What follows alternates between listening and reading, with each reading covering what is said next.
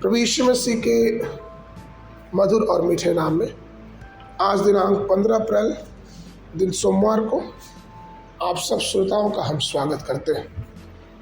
आज के दिन के लिए जो वचन लिया गया रोमियो की पुस्तक उसका 8 अध्याय 31 पद। सो हम इन बातों के विषय में क्या कहें? यदि परमेश्वर हमारी ओर है तो हमारा विरोधी कौन हो सकता है। प्रियो, रोमियो 8 अध्याय में प्रेरित पौलुस एक चुनौतीपूर्वक बयान देते और कहते हैं, यदि परमेश्वर हमारी ओर से है तो हमारा विरोधी कौन हो सकता है। कोई भी ईश्वर के विरुद्ध खड़ा नहीं हो सकता, कोई भी विरोधी परमेश्वर के संतान के विरुद्ध खड़ा नहीं हो सकता।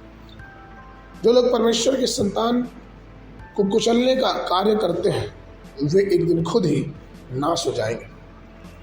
प्रेरित पौलुस इस बात को बार बार दर्शाता है कि यदि परमेश्वर हमारे साथ है। अब समझने की बात यह है, सोचने और अपने जीवन को तौलने की बात यह है कि क्या सच में परमेश्वर हमारे साथ है। हमें जांचना है, हमें आवश्यकता है इन सब बातों को देखने और समझने की कि क्या प्रभु हमारे साथ है, क्योंकि ये जरूरी है। और अगर प्रभु हमारे साथ है तो ये निश्चित है कि उसकी सामर्थ्य, उसकी पवित्र आत्मा की ताकत हमारे जीवन में बहुतायत से बनी रहेगी और हम अपने प्रभु को और भी नज़दीकी से पहचान पाएंगे।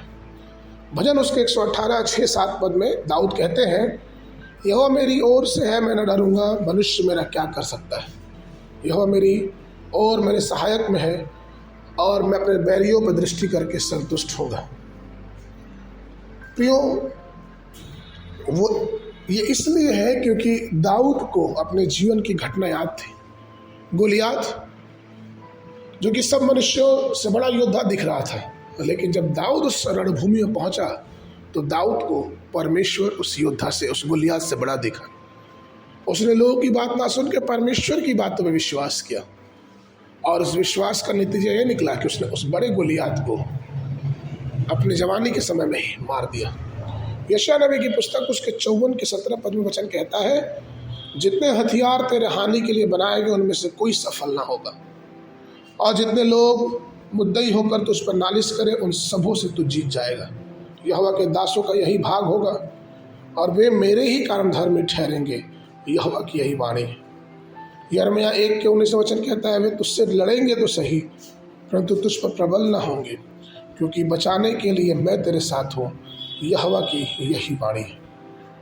तो प्रियो, प्रभु आज भी हमारे साथ है, हमारी सहायता करता है, क्योंकि जितनी भी समस्या या दुख या फिर शत्रु हमारे खिलाफ खड़े होते हैं, पहला यूहन्ना 4 के 4 में वचन कहता है, क्योंकि जो तुम में है वो उससे जो जगत में है कहीं बड़ा है।